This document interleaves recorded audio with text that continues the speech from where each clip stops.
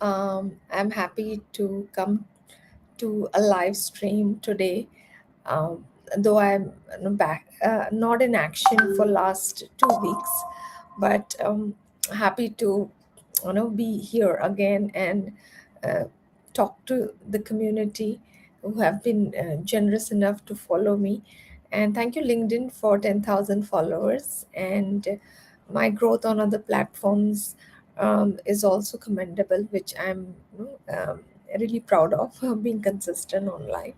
So, thank you so much for watching the content and following our live streams as well as the short content I've been posting on social media.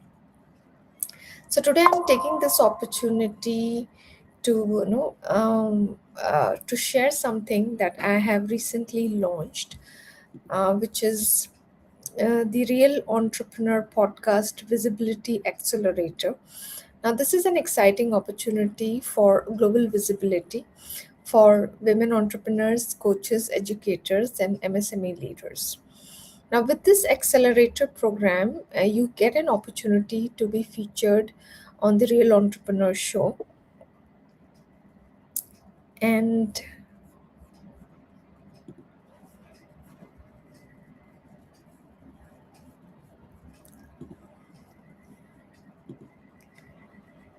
hi, good to How are see you. you? Nice to see I'm you good. too. Thank you so much for taking out time today. You're And welcome. I thought you will not be making it, but anyway, I'm happy to see you. So we are actually live streaming. I already started the live stream, and I thought, okay, Okay, great.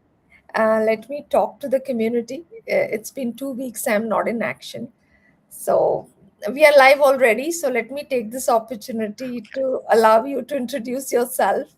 Tell me a little bit about yourself. Hi, my name is Ari Rastegar. I'm the founder and CEO of Rastegar Capital. We're an institutional real estate investment company. We've invested in over 38 cities, 13 states, 7 different asset classes.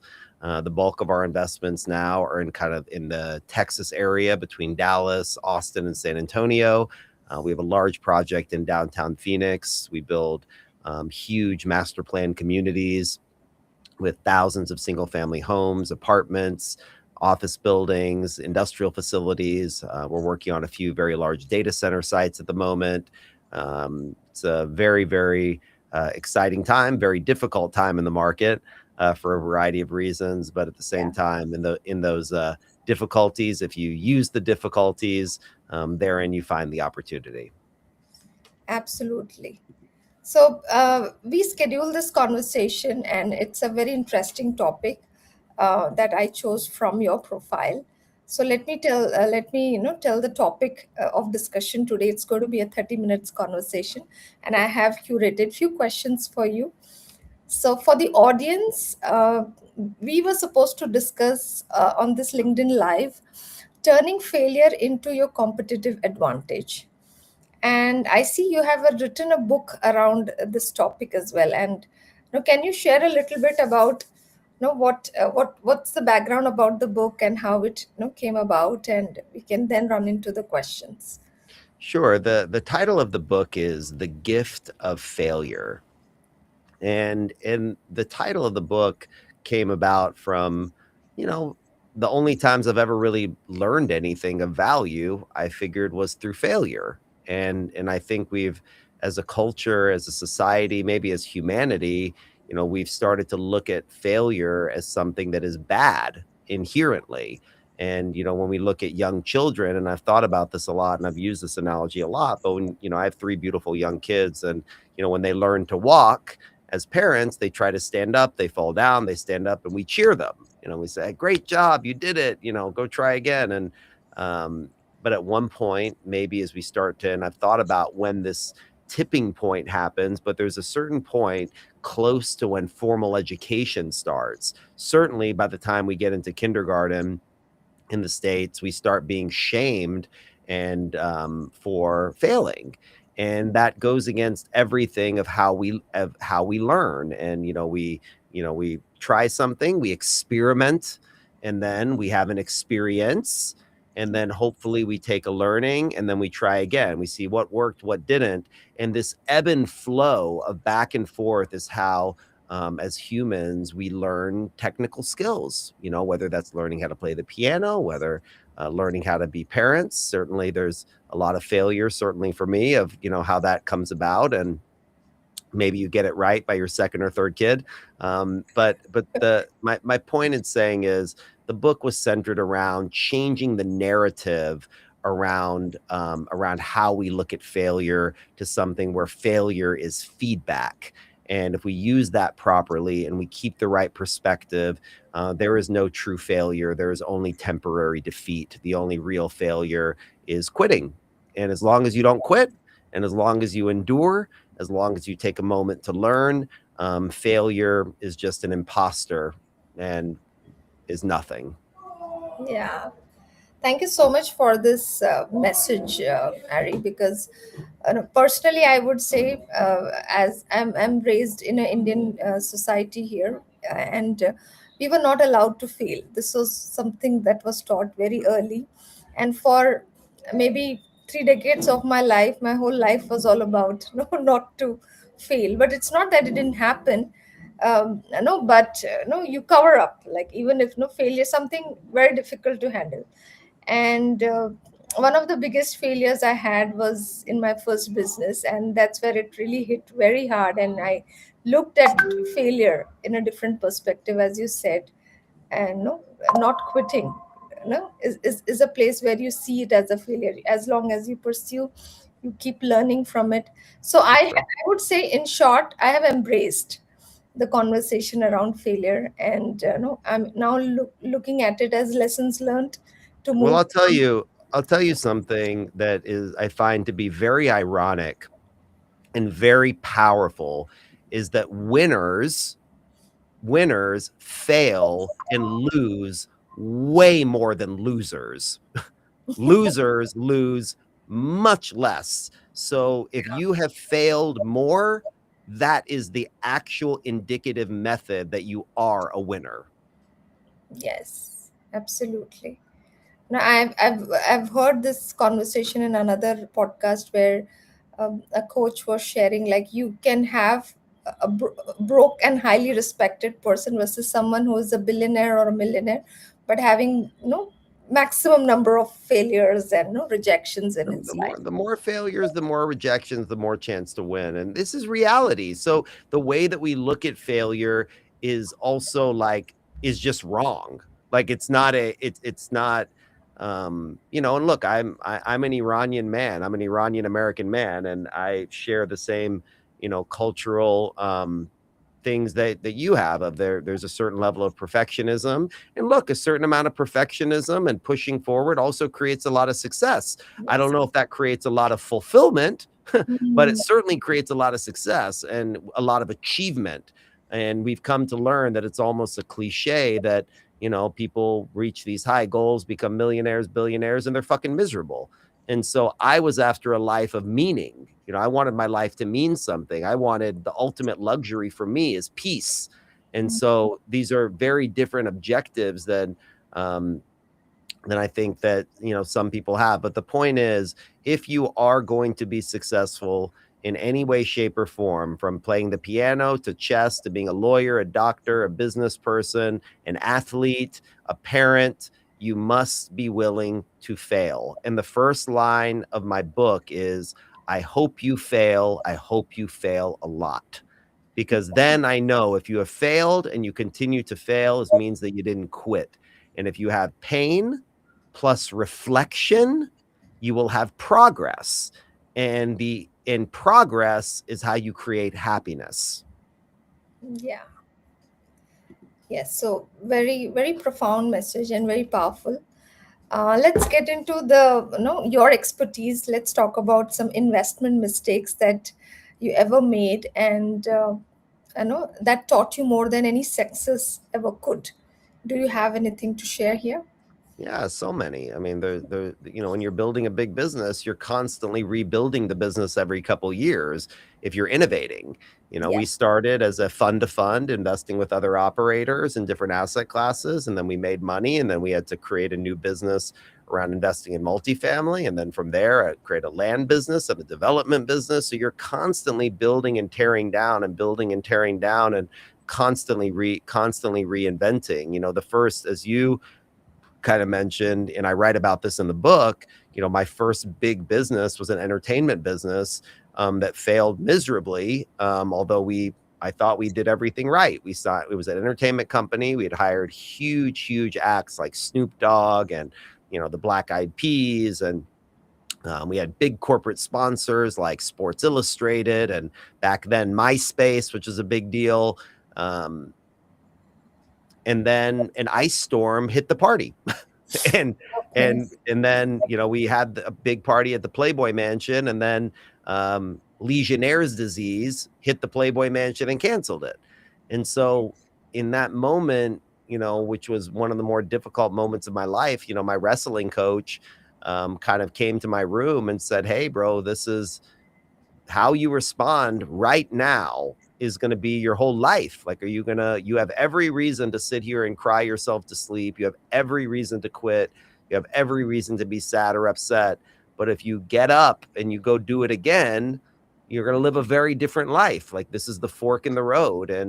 And he was right. And we still talk almost, every day. He's still a very close friend of mine, but wrestling teaches you that. And I wasn't a great wrestler, but as a wrestler, you learn to operate on your back. You learn to get hit. You learn to fall. You learn how to fall well. And you learn this in jujitsu, and you learn this in wrestling, that when someone throws you and you hit the ground, there's a way to fall well, and to fall and then roll and then stand back up. And this is very similar with life, is that if you need to learn how to fall, you need to learn how to fail.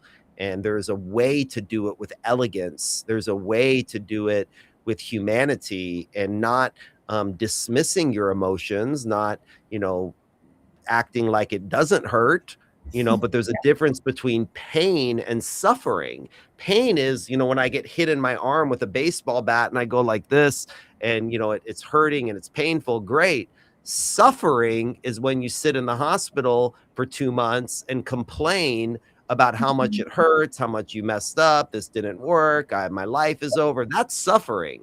Suffering is a choice. That's a Yeah. choice. That's a decision. Pain is not. And, and these are very first world problems, to be clear. Like, I'm very lucky and fortunate that I have the privilege to have these problems being in America, that I can think about these things, because there are people that are, that are in pain all over the world, that it's not their decision, that are being persecuted, that don't have running water. I have two daughters and one son, and there's hundreds of millions of women that can't go to school just because they're a woman. And so I feel very fortunate that I have these type of first world problems, that I can philosophize with you and talk about them. But a lot of people don't have that privilege. And so if you do have the privilege, and you have your health more than anything, because there is nothing more valuable in this universe than health.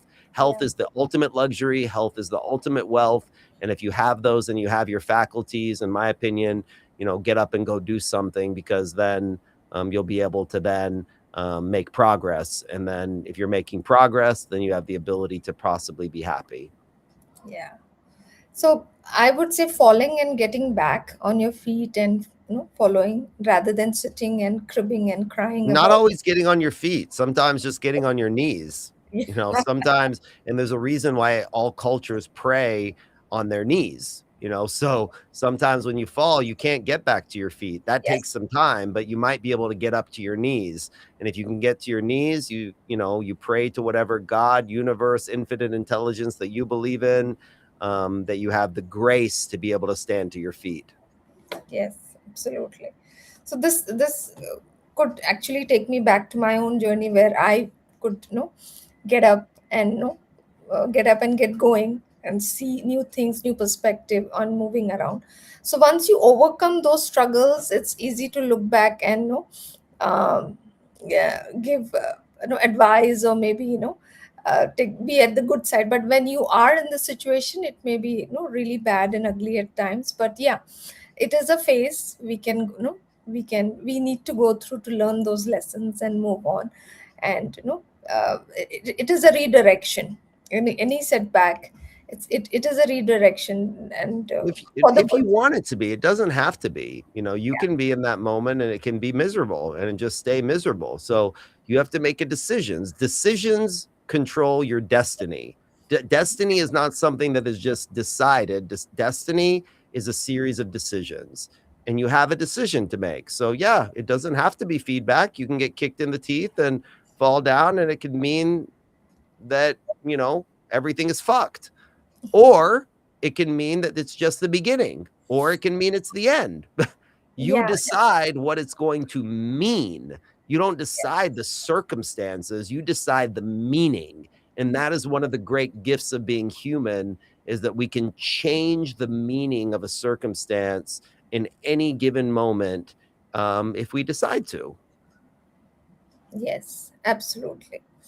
So, the next question for you is, how do sophisticated investors analyze failure differently from first time investors? Well, sophisticated failures know that failing is inevitable. Mhm. They know it's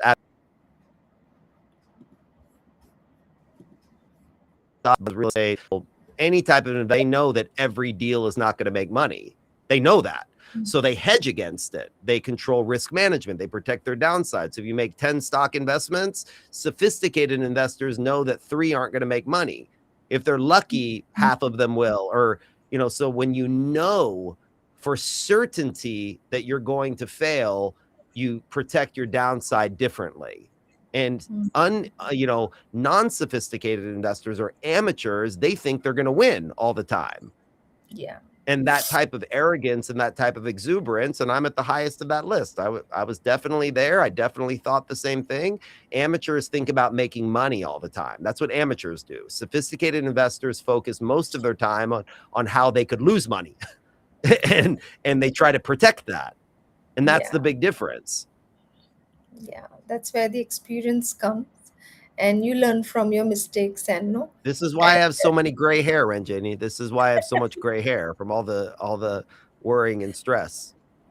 yeah. Yes, so let's move on to the next one. I have one more interesting question. How do high net worth individuals emotionally and strategically handle losses?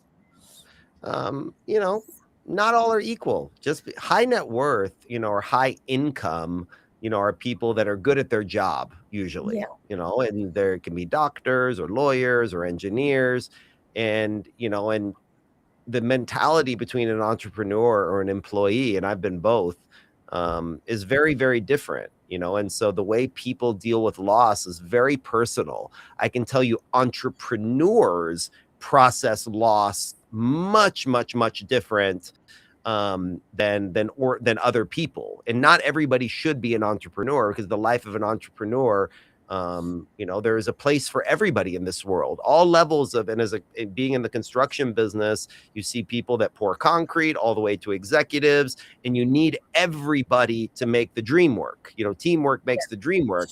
And so knowing your own makeup and seeing how you fit in a team, because individuals don't make great companies, teams make great companies. So having enough self-awareness to know where you fit in there, because the amount of pain tolerance that it takes, to be an entrepreneur, is not something that I would advise anybody. It's not a very pleasant experience. There's extremely high highs, extremely low lows, and unrelenting pain and suffering. I'm not saying that like I said, I'm not saying that to dissuade people, but you should have your eyes open, that if you're not willing to endure that type of embarrassment, that type of shame, that type of loss, then that's not the type of thing that you should be in. And it takes a very particular type of, characteristic to be able to deal with that. And like I said, I don't recommend it. It's not something I recommend to anybody, because of what it comes in. I think it's the most fulfilling thing that you could possibly have as a human being, but that's my belief. And so, um, but you can also learn how to process pain and process failure as well. It's like going to the gym. At the beginning, you would do some workouts, you're super sore and you feel like shit. But if you go to work out 10, 15, 20, 30 times, you get that rush of endorphins, and you feel this incredible being high on life, and it's worth it, but you have to endure a certain amount of pain to get there. And you have to decide whether or not you have the emotional makeup or the desire to go do that. And you don't necessarily have to by any stretch of the imagination. You live a beautiful life, but learn where you fit in the team, not necessarily lower or higher, because every part is equally important for the entire thing to work. But you need to, above all, know yourself and where you fit there. So I agree with you, because I even I won't recommend entrepreneurship to everyone, because it is painful, I would say. It's a lonely. I don't recommend it to anybody. Actually, because if you're an entrepreneur, you'll know. You don't need me to recommend it to you. You're going to tell me that you're an entrepreneur and you're going to go do it. And I'm going to say, whoa, okay, she's a force of nature. Great. But if I have to recommend you to be an entrepreneur, then I don't think it's the right fit for you, in my opinion. And I'd like to be proved wrong, because the world needs resilient, incredible, founders and thinkers of all different races, cultures, and genders to rethink these big problems in the world. So I love entrepreneurs because I always learn something, and I see the resilience and the beauty in humanity when it comes. But as I said, companies and cultures are made up of all different types of people from all different types of perspectives, and that is the most beautiful thing about a culture and a company, is the diversity that's inside of them. Yes, yes, I completely agree with you. So let's move on to the mindset shifts that are required to move from protecting wealth to building a long term legacy. Sure. I don't think much about legacy myself, because legacy means I'm not here anymore. Yeah. So I think after I'm not here anymore, I think people smarter, better than me will take it and run with it and do much better things than I could do, hopefully, is my is my hope. Yes. But I do think of things that are enduring, and I do think of building systems and machines that will continue doing good and adding better services and products. And so instead of building one thing that you do once and it goes away, building a system and a process that can then keep creating benefits and assets and dividends, whether that's a company that pays consistent cash flows, whether that's a product that can keep evolving. I think that's the thing that's most important, is building something that can self-propagate, and now using technology that can self-learn, and that you just be the catalyst. You create something as a catalyst, and at one point, back to great companies, great cultures, and great products, first you create the product, then the product creates you. And we learned that from Apple. Steve Jobs thought about a computer not as megabytes and hardware. He thought of it as what you can do with it. What you can do with that thing in your hand. And that's how I like to look at the world. Mm, wonderful. So, one last question. What is that one question every entrepreneur or investor should ask after a failure? You should pause. You should ask yourself what went right, what went wrong, because not everything went wrong and Yes. not everything went right. And so before you get back up, I recommend spending time on your knees for a little bit, and thanking whatever gods may be that you have the chance and the opportunity and the privilege to do something.